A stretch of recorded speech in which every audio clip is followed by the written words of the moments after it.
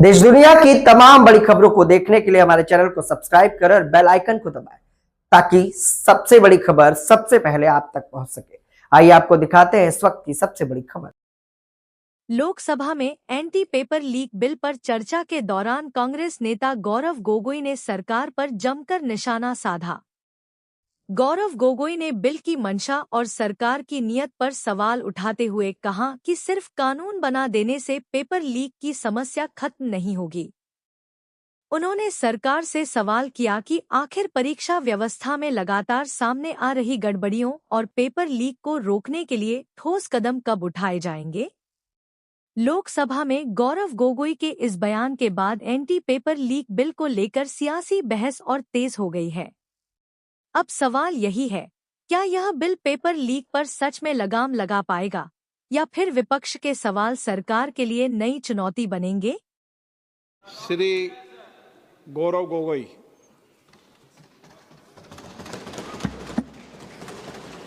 धन्यवाद अध्यक्ष महोदय।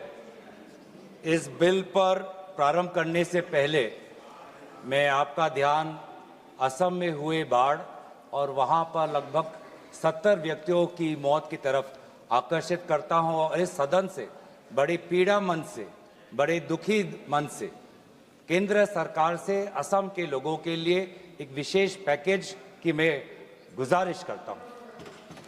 सर, मैं शुरुआत करता हूं इस बिल से।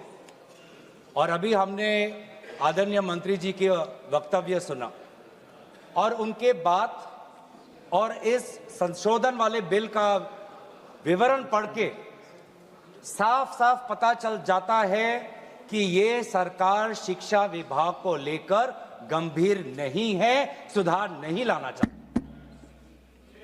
ये सिर्फ एक दिखावा का बिल है, क्योंकि ये बिल एक संशोधन बिल है।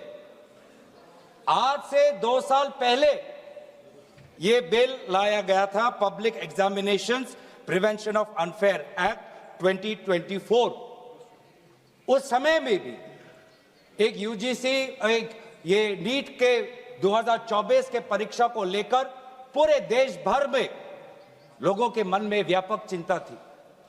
उस समय में भी इसी तरह आज जैसे मंत्री जी कह रहे हैं, सरकार ने इस बिल का इंट्रोडक्शन करते हुए ये कहा कि ये एक बहुत बड़ा कदम है और इससे शिक्षा विभाग सुधरेगा और इससे परीक्षा में जो पेपर लीक होते हैं अब नहीं होगा, अब किसी का साहस नहीं होगा। ऐसे ऐसे कड़े दंड उस समय सरकार ने कहा कि 2024 के बिल में वो लाए हैं। तो जो 2024 के नीट यूजी पेपर लीक पे जो तहकीकात हुई,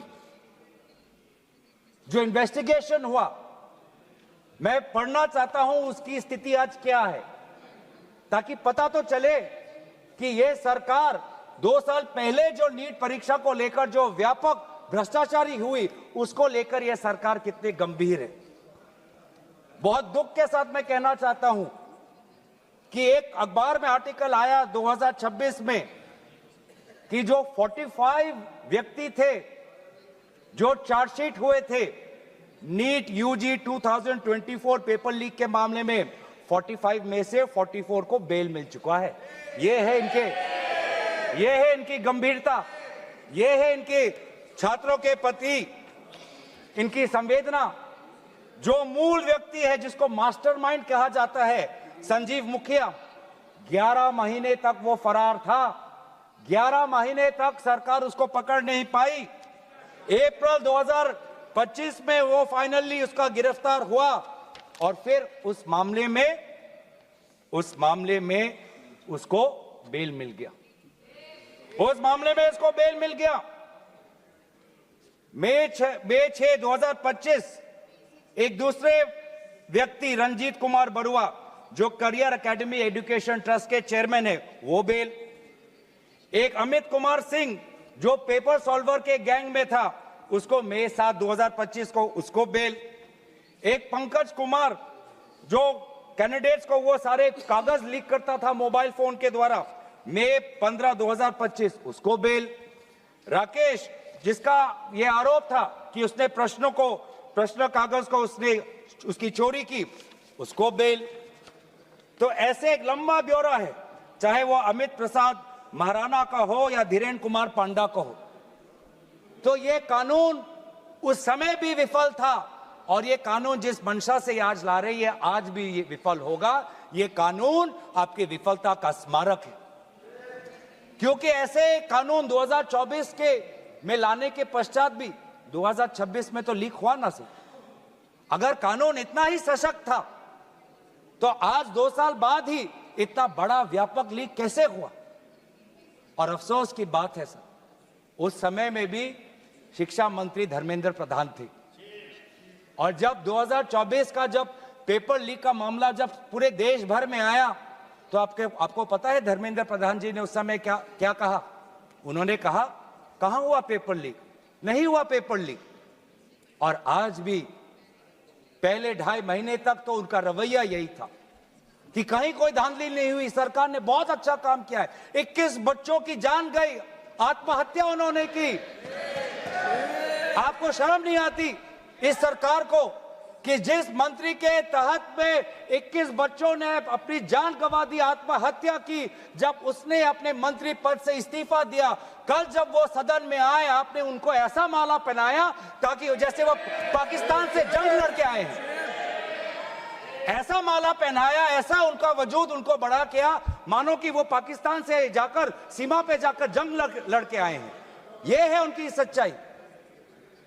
दुख लगता है सर। आज ये बात प्रधानमंत्री आते हैं इंस्टाग्राम के रील पर, वो अलग बात है कि जो पहली कैबिनेट बैठक हुई उस कैबिनेट बैठक में शिक्षा को कैसे सुधारा जाए, पेपर माफिया को कैसे खत्म किया जाए, पेपर सेटर के माफिया को कैसे खत्म किया जाए, पेपर सॉल्वर के माफिया को कैसे खत्म किया जाए, टेस्टिंग सेंटर के माफिया को कैसे खत्म किया जाए, प्रिंटिंग प्रेस के माफिया को कैसे खत्म किया जाए, कोचिंग सेंटर के माफिया को कैसे खत्म किया जाए, सिलेबस कैसे स्कूल के सिलेबस के साथ मिले, आउट ऑफ सिलेबस परीक्षा के पेपर ना आए, सीबीएसई के ओएमआर में धांधली न हो, इन सब चीजों पर व्यापक चर्चा करने के बजाय प्रधानमंत्री मोदी जी कहते हैं इंस्टाग्राम पर और ध्यान दो, इंस्टाग्राम पर और ध्यान दो। और प्रधानमंत्री जब आते हैं हाई पावर कमेटी की बात करते हैं तो 2 साल पहले जो के राधाकृष्ण की जो हाई कमेटी थी उसका क्या हुआ। 2 साल हाई कमेटी आपने गठन की, प्रधानमंत्री केंद्र सरकार के निरीक्षण में एक हाई कमेटी बनी, के राधाकृष्ण फॉर्मर इसरो के चेयरमैन। अगर वास्तविक में उन्होंने इतना बढ़िया काम किया तो 2 साल पश्चात ही आज क्यों दोबारा ऐसा पेपर लीक हुआ। सरकार ये दिखाना चाहती है कि ये बहुत गंभीर है। पिछले कुछ दिनों में पता चला कि एनटीए के लगभग 47 लोगों को बदला गया। सर मैं इस सरकार से मैं ब्यौरा चाहूंगा कि वे जो 47 लोग हैं जिनको आपने ट्रांसफर किया या सस्पेंड किया, कौन है वो, क्योंकि एनटीए की जो एक्चुअल सैंक्शन कैपेसिटी है, एनटीए की जो सैंक्शन कैपेसिटी है वो 34 की है, 34 की सैंक्शन कैपेसिटी है। ये 47 कौन है, कौन है ये 47? 34 में से तो शायद 10-11 वैकेंसियां हैं, 24 ही है जहां पर लोग बैठे हुए हैं। तो ये जो 47 जो सैंक्शन, ये कौन है जो आउटसोर्स करके अपने लोगों को लाया एनटीए में, वो लोग हैं क्या? उसका ब्यौरा मिलना चाहिए। हम जानना चाहते हैं, आपने एनटीए के डीजी को बदला और एनटीए के चेयरमैन को रखा, ऐसा क्यों? ऐसा क्यों? आपको एनटीए के डीजी पर विश्वास नहीं, आपने मान लिया कि शिक्षा मंत्री धर्मेंद्र प्रधान जी का इस्तीफा होना चाहिए, आपने ये भी मान लिया, तो आपको एनटीए के चेयरमैन पे इतना विश्वास क्यों? ये हम जानना चाहते हैं। सुनाई दे रहा होगा सर, एक विशेष संगठन के साथ जुड़े हुए हैं, उसका ब्यौरा देख लीजिए, एनटीए के चेयरमैन का ब्यौरा देख लीजिए। इससे पहले वो मध्य प्रदेश के पब्लिक सर्विस चेयरमैन के वो कमीशन के चेयरमैन थे और उस समय में भी धांधली हुई, उससे पहले उससे पहले वो छत्तीसगढ़ में भी पब्लिक सर्विस कमीशन में चेयरमैन थे, उस समय में भी धांधली हुई। ऐसे इतने धांधली से जुड़े हुए व्यक्ति को आज भी इतने पेपर लीक होने के पश्चात भी आपकी सरकार बचा रही है। आपकी सरकार बचा रही है। जिस एनटीए के द्वारा 21 बच्चों ने आत्महत्या की, आज भी वो चेयरमैन बचा हुआ है। क्यों? क्योंकि वो एक विशेष संघ के साथ जुड़ा हुआ है। और यही दर्शाता है कि आप शिक्षा विभाग में आप सुधार नहीं चाहते, क्योंकि आरएसएस के लिए शिक्षा विभाग बहुत ही महत्वपूर्ण विभाग है। महत्वपूर्ण विभाग है। मैंने कोई असंसदीय बात नहीं की। आरएसएस के लिए शिक्षा विभाग बहुत महत्वपूर्ण विभाग है। और इसीलिए हम देखते हैं, चाहे यूनिवर्सिटीज के वाइस चांसलर्स के अपॉइंटमेंट में हो, कॉलेज के प्रिंसिपल के अपॉइंटमेंट में हो, जब फैकल्टी की बदली होती है उसमें हो, चाहे आउटसोर्सिंग में हो, हर चीज में हम देखते हैं कि जो यूनिवर्सिटी, जिन यूनिवर्सिटी की कल्पना पंडित नेहरू ने एक साइंटिफिक टेम्पर के द्वारा उन यूनिवर्सिटीज के एक सपना देखा था, आज उन्हीं यूनिवर्सिटीज में क्वालिटी पर ध्यान नहीं दिया जा रहा। आप शिक्षा के माध्यम से इस पीढ़ी को आने वाले चुनौतियों के लिए तैयार नहीं कर रहे। आप शिक्षा के माध्यम से इस पीढ़ी के लोगों को आने वाले समय में आपके दल के सदस्य बने, आपको वोट दे, उसके लिए आप एक माहौल बना रहे हो। यह है आपके लिए शिक्षा का उद्देश्य।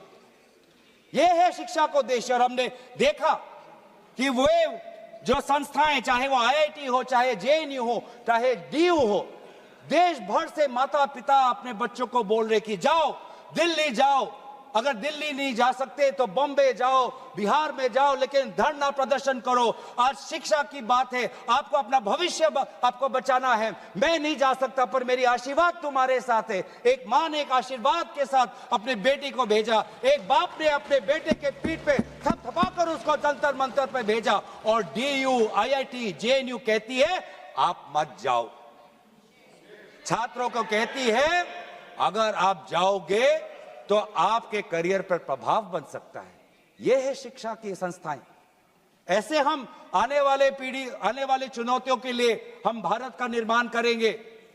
अपने युवाओं को हम उनको ताकत देंगे। इसीलिए अगर एक बात इस पूरे घटनाक्रम से निकलती है वो ये है कि आज शिक्षा में ये इस बिल से, जिसमें आपने पेनल्टीज बढ़ा दिए, पनिशमेंट बढ़ा दिए, इससे हमारा शिक्षा विभाग नहीं सुधरेगा। राहुल गांधी जी बार बार कहा कि धर्मेंद्र प्रधान जी सिर्फ एक मुखौटा है आपके शिक्षा विभाग का। आपकी शिक्षा के प्रति जो उनका, आपकी जो नीति है वो सिर्फ एक, उसका एक चिन्ह है, एक सिंबल है। उनके हटने से भी शिक्षा में सुधार आएगा। आज भी ना बच्चों को विश्वास आता है इस बात पर, ना हमें इस बात पर विश्वास है। लेकिन इसके पश्चात भी आज शिक्षा पर बातचीत हो रही है। आज शिक्षा को लेकर धरना हो रहा है। आज शिक्षा को लेकर जंतर मंतर में हजारों की तादाद पर लोग इकट्ठित हुए हैं। आज शिक्षा के विषय पर सारे दल संगठन सब ने अपने अपने प्रदेशों में, चाहे महाराष्ट्र में हो, चाहे यूपी में हो, चाहे बिहार में हो, चाहे पश्चिम बंगाल में हो, चाहे या असम में हो, सब जगह विभिन्न राजनीतिक दल संगठन और इन दल संगठन से अलग सारे युवा सड़क पे आ गए। सब ने अपने शिक्षा की मांग की।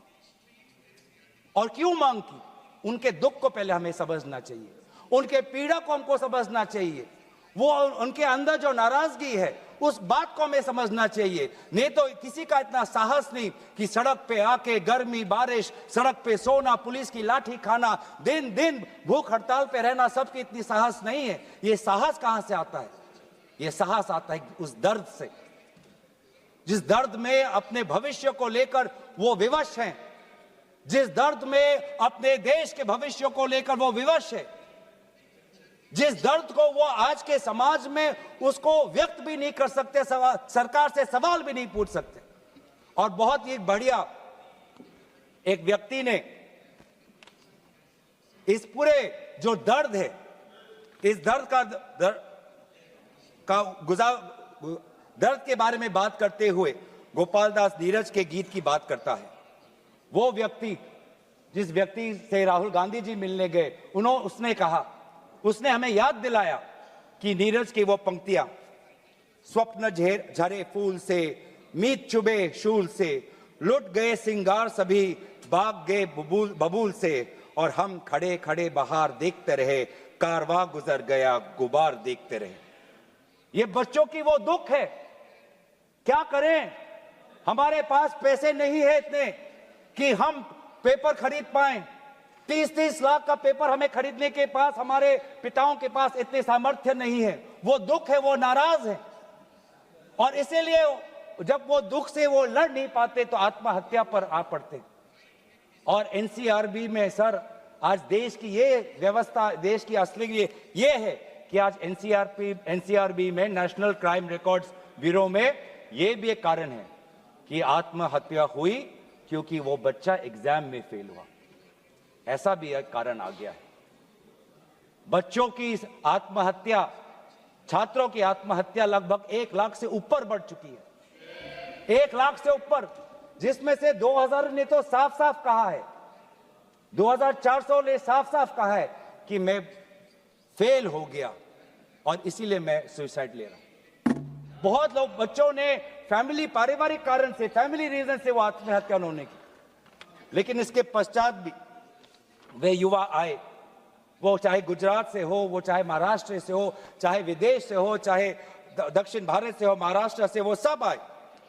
और जब वो आए और दिल्ली की गर्मी, दिल्ली के बारिश से जब वो, जो उन्होंने उसमें जो दर्द है, उसमें जो संघर्ष है, उस संघर्ष को याद करते, उस संघर्ष को झेलने में उन्होंने याद किया सावित्री बाई फुले को। वे लड़कियां जो आई थी, ऐसे बहुत लड़कियां थी जिन्होंने रील पे कहा कि मैं अपने माता पिता को बिना बोले में जा रही हूं क्योंकि मुझे लड़ना है। ऐसे भी लड़कियां थी जिन्होंने कहा कि मैं छात्र नहीं हूं, मैं काम करती हूं, लेकिन मैंने भी कुछ साल पहले नीट का परीक्षा दिया था, मैं पहले अटेम्प्ट में मेरा पेपर लीक हो गया, कितना मानसिक मेरे पे दबाव बना मैं खुद समझ सकती हूं। आज अगले पीढ़ी के साथ, जिस समय मैं खड़ी नहीं हो पाई, मैं बाहर नहीं आ पाई, लेकिन आज अगले पीढ़ी के साथ मैं खड़ा होना चाहती हूं, मैं जाऊंगी आज। ये सब वहां पे आए क्यों? क्योंकि उन्होंने इतिहास को याद किया कि जिस प्रकार से सावित्री बाई फुले हो या फातिमा शेख हो, जिस प्रकार से समाज ने उन पर उत्पीड़न किया, लेकिन वो कभी भी अपने बाग से हटे नहीं। युवा लोग आए, एक लड़का था हरे शर्ट में, वो पुलिस को बोल रहा कि आ मार, मुझे मारो, मारो सर मारो। उसमें वो भगत सिंह का जज्बा हमें दिखाई दिया। हमेशा उसने हाथ नहीं उठाया, उसने खाली बोला कि मारो, क्योंकि ये थी लोगों की और युवाओं की ताकत कि अब वो डर उनसे चला गया, डर खत्म हो गया, डर गायब हो गया। लाठी है, दर्द होगा, रात को सोने में मुश्किल होगी, लेकिन सब लोग कह रहे थे कि कुछ नहीं होता, अगर शिक्षा के लिए, अपने भविष्य के लिए अगर मुझे 2-3 लाठी भी खानी पड़ेगी तो मैं लाठी खाने जाऊंगा। ऐसे भी लोग थे जो 20 जुलाई की रात को आए।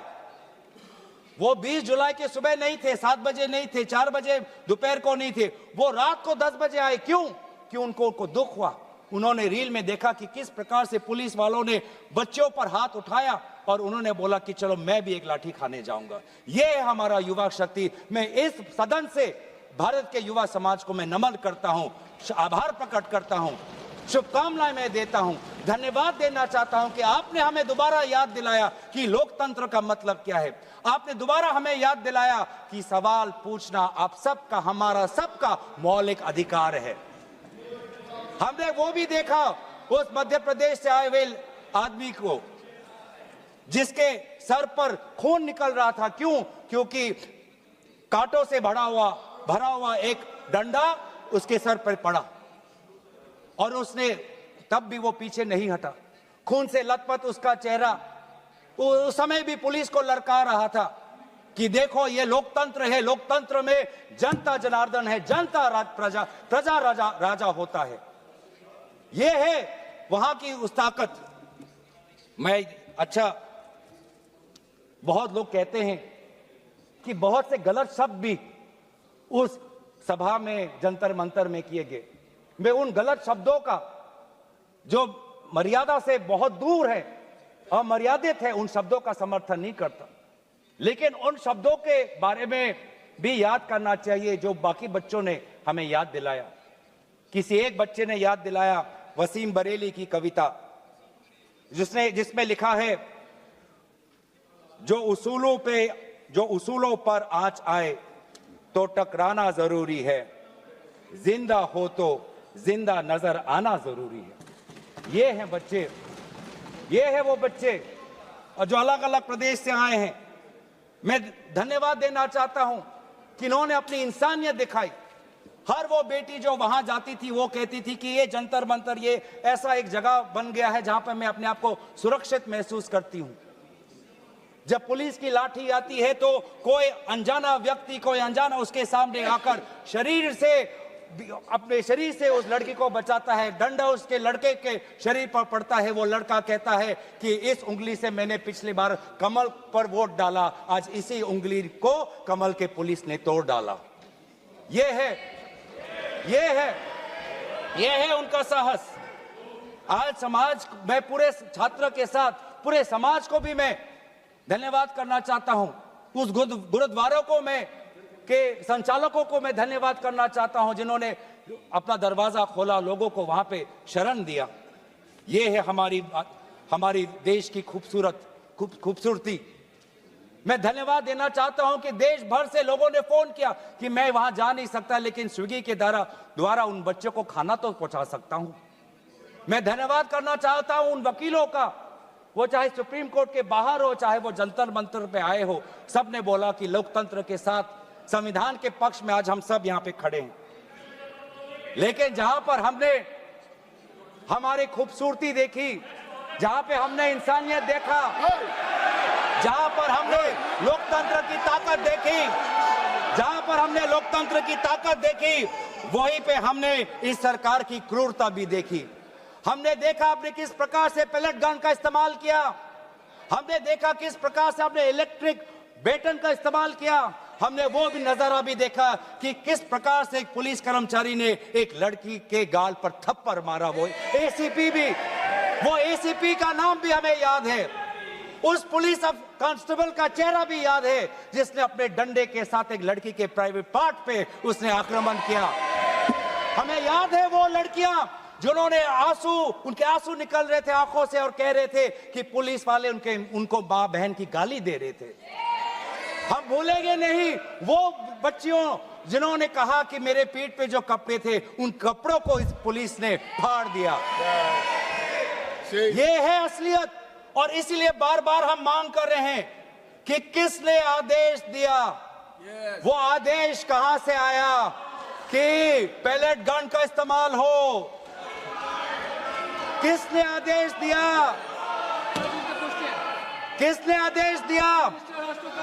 कि आंसू गैस का इस्तेमाल हो, किसने आदेश दिया कि लाठी पैरों पे नहीं लाठी सर पे पड़नी चाहिए, किसने वो आदेश दिया। और इसीलिए बार बार राहुल गांधी जी ने भी चिट्ठी लिखी है, और आज भी हम देखते हैं कि अब सारी हम बातें कर रहे हैं।